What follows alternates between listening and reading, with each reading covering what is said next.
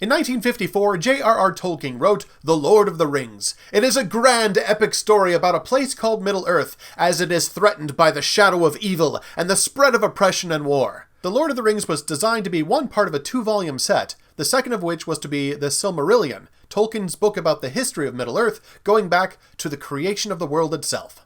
Within these 2 books is an explanation for almost everything. You can learn where the elves, dwarves, and orcs came from. You can learn the origin of the Ring of Power. You can learn the origin of the Nazgul, also known as the Black Riders and also called Ringwraiths, Dark Riders, the Nine Riders, or simply the Nine, which gives you a sense of Tolkien's writing style. And the backstory of Gollum, formerly and occasionally still known as Smeagol. But there is one thing you will never learn, which you never could learn in the vast history of Middle-earth, and that is the origin of J.R.R. Tolkien himself. There is no time on the timeline of Middle-earth where J.R.R. Tolkien was born. He did not come into being at some point in the distant past of Middle-earth. Tolkien simply is in relationship to the story. He is not aged by the long ages in the history of Middle-earth. He is not made impatient by the long walk to Mount Doom, unlike the rest of us. And he is not rushed by the action of the battles between orcs and men.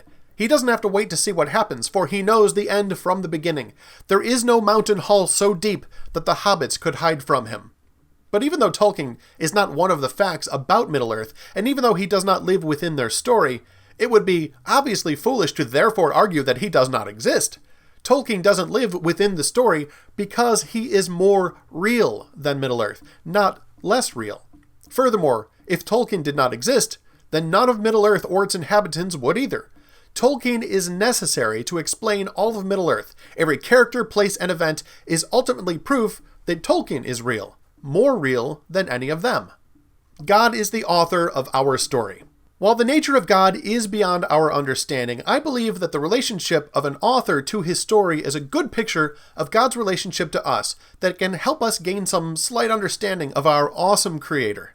When God created the heavens and the earth in Genesis 1:1, he had not waited endless eons to begin. There was no time or space or matter of any kind until the author says, essentially, once upon a time. Only when the author begins the story does the story begin. There is a first page, an opening sentence, a first moment in time. God is not made of matter like we are. He doesn't take up space like we do, and he doesn't age with the passing of time. But that is because he is more real than we are. Skeptics often complain that they can't see God, but the elves and the hobbits never saw Tolkien, because he was not part of the story. He was its author. Similarly, we don't see God because he's not a created thing. We should no more expect to see God than the hobbits should expect to see Tolkien. In Isaiah 46:9-10, God says, I am God, and there is no other. I am God, and there is none like me, declaring the end from the beginning, and from ancient times things not yet done. In Isaiah 43:10, God says, Before me no God was formed, nor shall there be any after me. And in John 8:58, Jesus says of himself, Truly, truly, I say to you, before Abraham was, I am. Like an author to his book, God stands over and above his story. Jesus does not declare, I was, but rather, I am, which is the name he revealed to Moses in Exodus 3:14. Unlike Tolkien, God doesn't have a lineage of ancestors going back to some other creation, but he is the eternal Father who knows the end from the beginning. But there is one way in which the Bible is even more amazing than Lord of the Rings. Tolkien remained only the author, the distant cause of the world of Middle-earth. Our God declared in the first couple of pages the amazing miracle which would occur at the climax of the story. He, the author of all, would become one of the characters in the story, the central character. Jesus was born as a human child, growing up as a normal child, becoming a rabbi in Israel who learned and taught the scriptures. God had become a man. The author had stepped into his story. Every Christmas we sing about this, but sometimes the wonder can get lost with the familiarity. Imagine if J.R.R. Tolkien had become a character in his own story, growing up in Middle-earth and learning and teaching the stories of the Silmarillion. Imagine if it was Tolkien who took the ring to Mount Doom and who died to destroy the power of evil and save all of Middle-earth. In a sense, that is the story of the New Testament.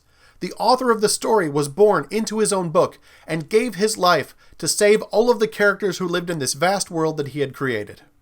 Any word picture will fall short of the true nature of God, but by giving us the gift of story, I think God has given us a small glimpse into who He is and our relationship to Him. Our world was made by an amazing artist and storyteller. He is the hero of the story, and He invites you to join Him in this great adventure. Take your place in His story today.